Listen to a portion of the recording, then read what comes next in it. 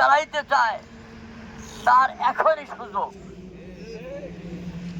এই সুযোগ হাতছাড়া করলে আর কতদিন যাবে তাই দেশের মানুষ চিন্তাও করতে পারবে না। অতএব আমি আপনাদের উদারত আহ্বান জানাবো, পিছনে যা ভুল করেছি সামনে আর ভুল করব না।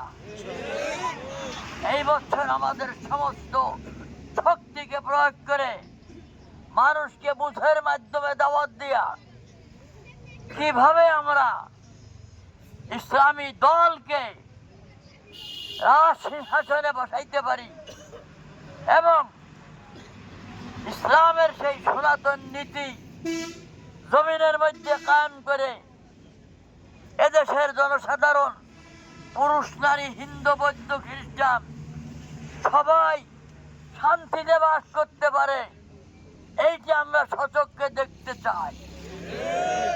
তার একমাত্র পথ এবারের ভোট যেন আমাদের ইসলামের বিপক্ষে না যায়। যদি যায় আবারও কিন্তু খেসারত দিতে হবে। মানুষের জীবনের নিরাপত্তা যেখানে থাকে না, রক্তের নিরাপত্তা থাকে না, ইজ্জতের নিরাপত্তা থাকে না, নারীর ইজ্জতের নিরাপত্তা থাকে না, সেই নীতি আর দেশের মানুষ দেখতে চায় না। যেখানে সর্বশ্রেণীর মানুষের জান মাল ইজ্জতের নিরাপত্তা আছে, নারীদের ইজ্জতের নিরাপত্তা আছে, হিন্দু বৌদ্ধ খ্রিস্টানদের জীবন মালের নিরাপত্তা আছে, সেই নীতি দেশের মানুষ দেখতে চায়। তা যদি আমরা দেখতে চাই, ইসলামের বিকল্প আর কোন নীতি পৃথিবীতে নাই।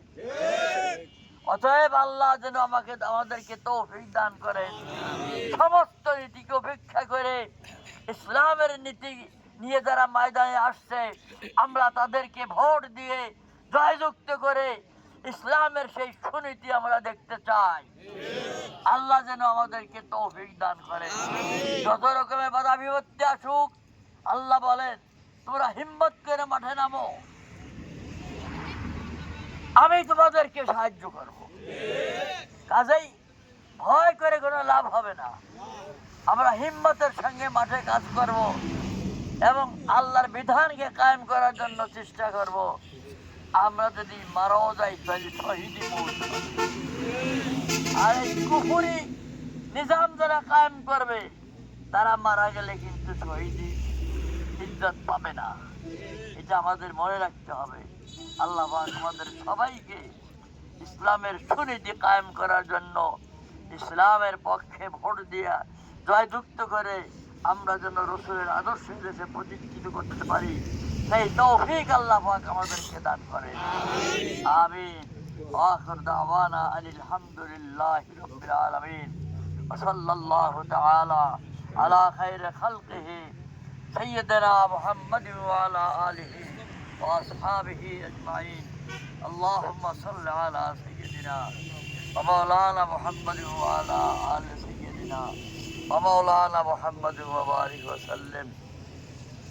الحمد لله رب العالمين.